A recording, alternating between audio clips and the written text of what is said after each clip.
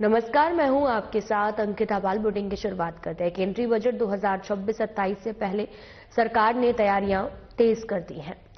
दरअसल प्रधानमंत्री नरेंद्र मोदी आज नई दिल्ली में नीति आयोग के प्रख्यात अर्थशास्त्रियों और कई क्षेत्रों के विशेषज्ञों से विचार विमर्श किया है और साथ ही भविष्य की नीतियों पर गहन चर्चा की जा रही है। बजट से पहले विशेषज्ञों की राय को लेकर सरकार और संतुलित और विकासोन्मुखी बजट पेश करने की दिशा में कदम बढ़ा रही है। इस संवाद को आने वाले बजट की दिशा तय करने वाला अहम कदम माना जा रहा है।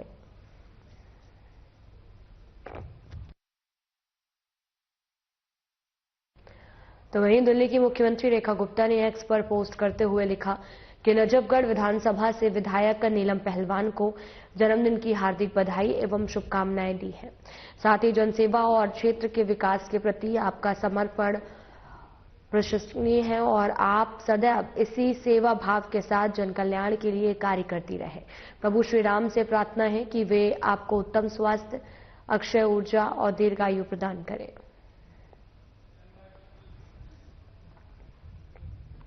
दिल्ली सरकार ने भ्रष्टाचार की शिकायत पर सख्त एक्शन लेते हुए 2 अधिकारियों को निलंबित कर दिया है। दिल्ली के सीएम रेखा गुप्ता ने इस बारे में जानकारी देते हुए बताया कि कापसहेड़ा से के सब रजिस्ट्रार और महारौली के तहसीलदार को तत्काल प्रभाव से निलंबित कर दिया गया है। ये कदम लगातार मिल रही शिकायतों, भ्रष्टाचार के गंभीर आरोपों के आधार पर उठाया गया। साथ ही पदस्थ एक डीड राइटर का लाइसेंस भी निरस्त कर दिया गया है।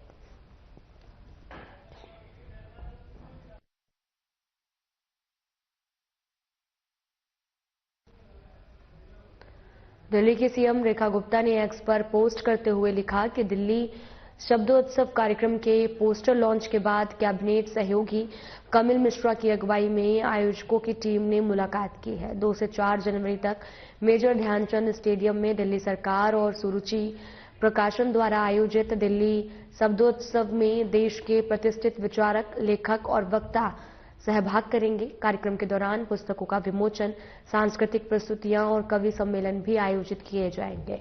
इस अवसर पर कैबिनेट सहयोगी आशीष सूद, विधायक अभय वर्मा, राजकुमार भाटिया सहित अन्य गणमान्य लोग उपस्थित रहे।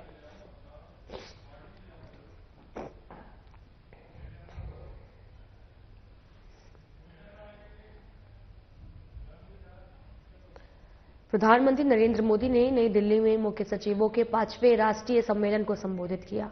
इस दौरान उन्होंने कहा कि राज्यों के विनिर्माण और व्यापार सुगमता को बढ़ावा देने की अपील की है।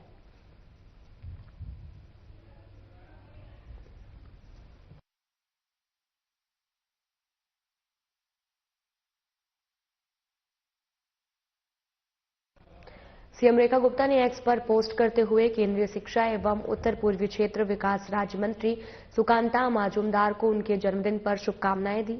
शिक्षा के जरिए युवाओं के बेहतर भविष्य और पूर्वोत्तर भारत के विकास के लिए प्रयास सराहनीय है। सीएम ने ईश्वर से उनके अच्छे स्वास्थ्य, लंबी उम्र की कामना की और कहा कि वे आगे भी इसी तरह से जनसेवा करते रहे।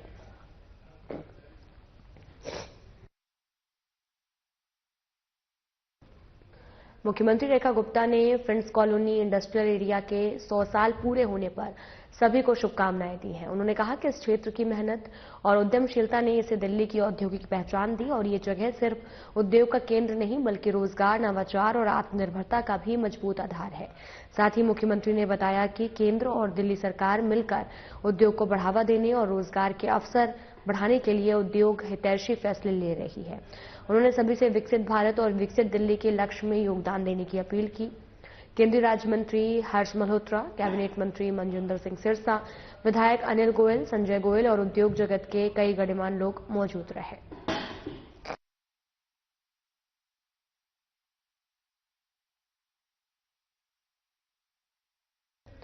दिल्ली की सीएम रेखा गुप्ता ने शाहदरा में प्रधानमंत्री नरेंद्र मोदी के प्रेरक संवाद मन की बात के 129वें एपिसोड को स्थानीय नागरिकों के साथ सुना। इस संस्करण में प्रधानमंत्री ने साल 2025 की देश की महत्वपूर्ण उपलब्धियां, ऑपरेशन सिंदूर की सफलता, वंदे मातरम के 150वें साल की गौरवशाली प्रसंग साझा किए। उन्होंने कहा कि इन उपलब्धियों से हमें नवीन ऊर्जा, आत्मविश्वास, राष्ट्र भाव मिलता है और मुख्यमंत्री ने बताया कि मन की बात कार्यक्रम सकारात्मक संवाद और राष्ट्र निर्माण की भावना को मजबूत करने का महत्वपूर्ण माध्यम बन गया है। इस अवसर पर केंद्रीय राज्य मंत्री हर्ष मल्होत्रा, कैबिनेट सहयोगी मंजिंदर सिंह सिरसा, कार्यकर्ता और स्थानीय नागरिक मौके पर मौजूद रहे।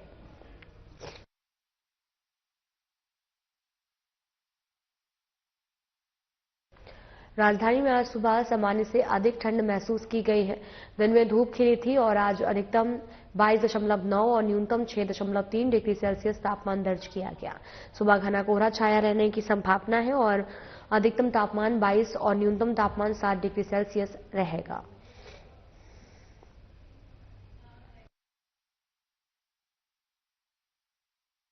प्रधानमंत्री नरेंद्र मोदी ने रविवार को मन की बात कार्यक्रम में उनका 129वां एपिसोड था। प्रधानमंत्री ने 2025 की उपलब्धियों समेत कई विषयों पर चर्चा की। दिल्ली की मुख्यमंत्री रेखा गुप्ता ने जनप्रतिनिधियों, उद्योगपति और श्रमिकों के साथ प्रधानमंत्री मोदी के संवाद कार्यक्रम मन की बात को सामूहिक रूप से सुना है और मुख्यमंत्री रेखा गुप्ता ने कहा कि मन की बात केवल एक रेडियो कार्यक्रम नहीं है, बल्कि देशवासियों को सकारात्मक सोच, आत्मनिर्भरता और राष्ट्र सेवा के लिए प्रेरित करने वाला सशक्त मंच जो है वो बन चुका है। नमस्कार। मन की बात में आपका फिर से स्वागत है, अभिनंदन है। कुछ ही दिनों में साल 2026 दस्तक देने वाला है और आज जब मैं आपसे बात कर रहा हूं तो मन में पूरे एक साल की यादें घूम रही हैं। कई तस्वीरें, कई चर्चाएं, कई उपलब्धियां जिन्होंने देश को एक साथ जोड़ दिया। 2025 ने हमें ऐसे कई पल दिए जिन पर हर भारतीय को गर्व हुआ। देश की सुरक्षा से लेकर खेल के मैदान तक, विज्ञान की प्रयोगशालाओं से लेकर दुनिया के बड़े मंचों तक भारत ने हर जगह अपनी मजबूत छाप छोड़ी। इस साल ऑपरेशन सिंदूर हर भारतीय के लिए गर्व का प्रतीक बन गया। दुनिया ने साफ देखा, आज का भारत अपनी सुरक्षा से कोई समझौता नहीं करता। ऑपरेशन सिंदूर के दौरान देश के कोने कोने से मां भारती के प्रति प्रेम और समर्पण की तस्वीरें सामने आई। लोगों ने अपने अपने तरीके से अपने भाव व्यक्त किए। साथियों, यही जज्बा तब भी देखने को मिला जब वंदे मातरम के 150 वर्ष पूरे हुए। मैंने आपसे आग्रह किया था कि #वंदे मातरम 150 के साथ अपने संदेश और सुझाव भेजे। देशवासियों ने इस अभियान में बढ़ चढ़कर हिस्सा लिया। साथियों, 2025 खेल के लिहाज से भी एक यादगार साल रहा। हमारी पुरुष क्रिकेट टीम ने आईसीसी चैंपियंस ट्रॉफी जीती। महिला क्रिकेट टीम ने पहली बार विश्व कप अपने नाम किया। भारत की बेटियों ने women's blind T20 world cup जीतकर इतिहास रच दिया। एशिया कप T20 में भी तिरंगा शान से लहराया। पैरा एथलीटों ने विश्व चैंपियनशिप में कई पदक जीतकर ये साबित किया कि कोई बाधा हौसलों को नहीं रोक सकती। विज्ञान और अंतरिक्ष क्षेत्र में भी भारत ने बड़ी छलांग लगाई। शुभांशु शुक्ला पहले भारतीय बने जो इंटरनेशनल स्पेस स्टेशन तक पहुंचे। पर्यावरण संरक्षण और वन्य जीवों की सुरक्षा से जुड़े कई प्रयास भी 2025 की पहचान बने। भारत में चीतों की संख्या भी अब 30 से ज्यादा हो गई है। 2025 में आस्था, संस्कृति और भारत की अद्वितीय विरासत सब एक साथ दिखाई दी।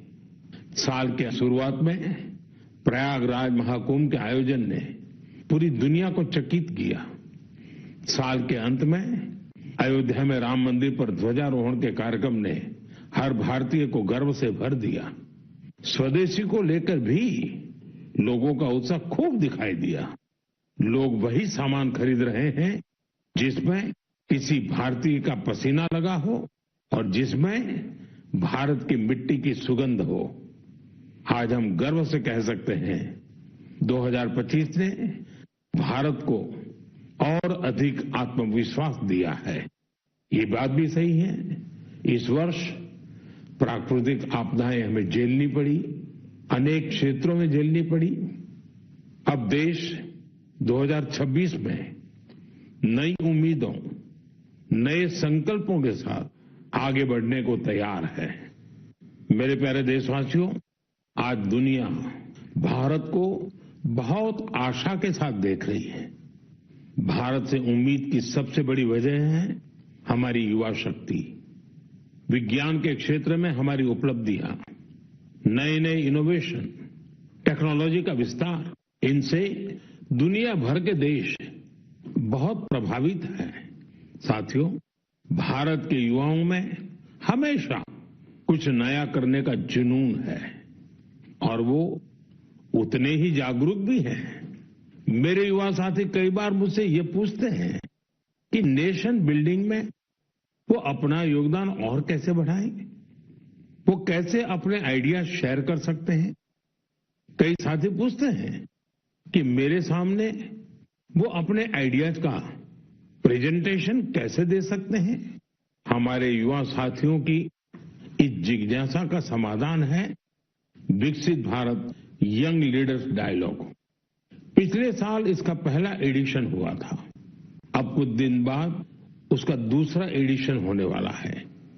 अगले महीने की 12 तारीख को स्वामी विवेकानंद जी की जयंती के अवसर पर राष्ट्रीय युवा दिवस मनाया जाएगा।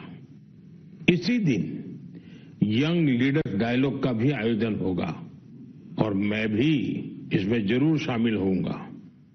इसमें हमारे युवा इनोवेशन, फिटनेस, स्टार्टअप और एग्रीकल्चर जैसे महत्वपूर्ण विषयों पर अपने आइडियाज शेयर करेंगे। मैं इस कार्यक्रम को लेकर बहुत ही उत्सुक हूं। साथियों, मुझे ये देखकर अच्छा लगा कि इस कार्यक्रम में हमारे युवाओं की भागीदारी बढ़ रही है। कुछ दिनों पहले ही इससे जुड़ा एक क्विज कंपटीशन हुआ। इसमें 50 लाख से अधिक युवा शामिल हुए। एक निबंध प्रतियोगिता भी हुई जिसमें स्टूडेंट्स ने विभिन्न विषयों पर अपनी बातें रखी। इस प्रतियोगिता में तमिलनाडु पहले और उत्तर प्रदेश दूसरे स्थान पर रहा। साथियों, आज देश के भीतर युवाओं को प्रतिभा दिखाने के नए नए अवसर मिल रहे हैं। ऐसे बहुत से प्लेटफॉर्म्स विकसित हो रहे हैं जहां युवा अपनी योग्यता और रुचि के अनुसार टैलेंट दिखा सकते हैं। ऐसा ही एक प्लेटफॉर्म है स्मार्ट इंडिया हैकेथॉन, एक और ऐसा माध्यम जहां आइडियाज एक्शन में बदलते हैं। साथियों, स्मार्ट इंडिया हैकेथॉन 2025 का समापन इसी महीने हुआ है। इस हैकेथॉन के दौरान 80 से अधिक सरकारी विभागों की 270 से ज्यादा समस्याओं पर स्टूडेंट्स ने काम किया। स्टूडेंट्स ने ऐसे सॉल्यूशन दिए जो रियल लाइफ चैलेंजेस से जुड़े थे, जैसे ट्रैफिक की समस्या है। इसे लेकर युवाओं ने स्मार्ट ट्रैफिक मैनेजमेंट से जुड़े बहुत ही इंटरेस्टिंग पर्सपेक्टिव शेयर किए। फाइनेंशियल फ्रॉड्स और डिजिटल एरेस्ट जैसी चुनौतियों के समाधान पर भी युवाओं ने अपने आइडियाज सामने रखे। गांवों में डिजिटल बैंकिंग के लिए साइबर सिक्योरिटी फ्रेमवर्क पर सुझाव दिया। कई युवा एग्रीकल्चर सेक्टर की चुनौतियों के समाधान में जुटे रहे। साथियों, पिछले 7-8 साल में स्मार्ट इंडिया हैकेथॉन में 13 लाख से ज्यादा स्टूडेंट्स और 6,000 से ज्यादा इंस्टीट्यूट्स हिस्सा ले चुके हैं। युवाओं ने सैकड़ों प्रॉब्लम्स के सटीक सॉल्यूशंस भी दिए हैं। इस तरह के हैकेथॉन्स का आयोजन समय समय पर होता रहता है। मेरा अपने युवा साथियों से आग्रह है कि वे इन हैकेथॉन्स का हिस्सा जरूर बने। साथियों, आज का जीवन टेक ड्रिवन होता जा रहा है और जो परिवर्तन सदियों में आते थे वो बदलाव हम कुछ वर्षों में होते देख रहे हैं। कई बार तो कुछ लोग चिंता जताते हैं कि रोबोट्स कहीं मनुष्य को ही ना रिप्लेस कर दें। ऐसे बदलते समय में ह्यूमन डेवलपमेंट के लिए अपनी जड़ों से जुड़े रहना बहुत जरूरी है। मुझे ये देखकर बहुत खुशी होती है कि हमारी अगली पीढ़ी अपनी संस्कृति की जड़ों को अच्छी तरह थाम रही है। नई सोच के साथ, नए तरीकों के साथ। साथियों, आपने इंडियन इंस्टीट्यूट ऑफ साइंस, उसका नाम तो जरूर सुना होगा। रिसर्च और इनोवेशन इस संस्थान की पहचान है। कुछ साल पहले वहां के कुछ छात्रों ने महसूस किया कि पढ़ाई और रिसर्च के बीच संगीत के लिए भी जगह होनी चाहिए। बस यहीं से एक छोटी सी म्यूजिक क्लास शुरू हुई। न बड़ा मंच, न कोई बड़ा बजट। धीरे धीरे ये पहल बढ़ती गई और आज इसे हम गीतांजलि IISC के नाम से जानते हैं। यह अब सिर्फ एक क्लास नहीं, कैंपस का सांस्कृतिक केंद्र है। यहाँ हिंदुस्तानी शास्त्रीय संगीत है, लोक परंपराएं हैं, शास्त्रीय विधाएं हैं। छात्र यहाँ साथ बैठकर रियाज करते हैं, प्रोफेसर साथ बैठते हैं, उनके परिवार भी जुड़ते हैं। आज 200 से ज्यादा लोग इससे जुड़े हैं और खास बात ये कि जो विदेश चले गए वो भी ऑनलाइन जुड़कर इस ग्रुप की डोर थामे हुए हैं। साथियों, अपनी जड़ों से जुड़े रहने के ये प्रयास सिर्फ भारत तक सीमित नहीं है। दुनिया के अलग अलग कोनों और वहां बसे भारतीय भी अपनी भूमिका निभा रहे हैं। एक और उदाहरण जो हमें देश से बाहर ले जाता है, ये जगह है दुबई। वहां रहने वाले कन्नड़ा परिवारों ने खुद से एक जरूरी सवाल पूछा। हमारे बच्चे टेक वर्ल्ड में आगे तो बढ़ रहे हैं, लेकिन कहीं वो अपनी भाषा से दूर तो नहीं हो रहे हैं। यहीं से जन्म। फिलहाल बुलेटिन में इतना ही। नमस्कार।